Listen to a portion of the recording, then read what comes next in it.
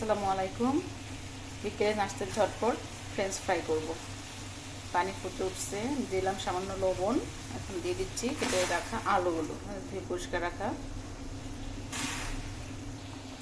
আলুগুলো সিদ্ধ হচ্ছে। তা 70% মতো আমি সিদ্ধ করবো, এরপর তুলে ফেলবো।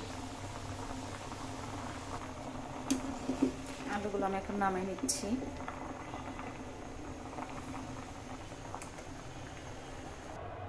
কড়াই তেল গরম হয়ে গেছে।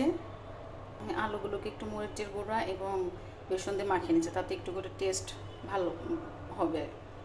তো চুলায় দিয়ে দিচ্ছি।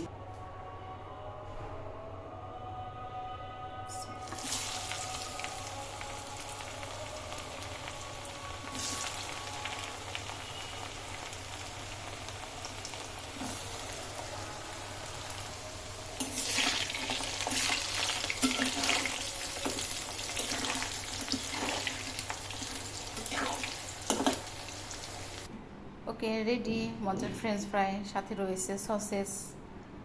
ওকে, বাই।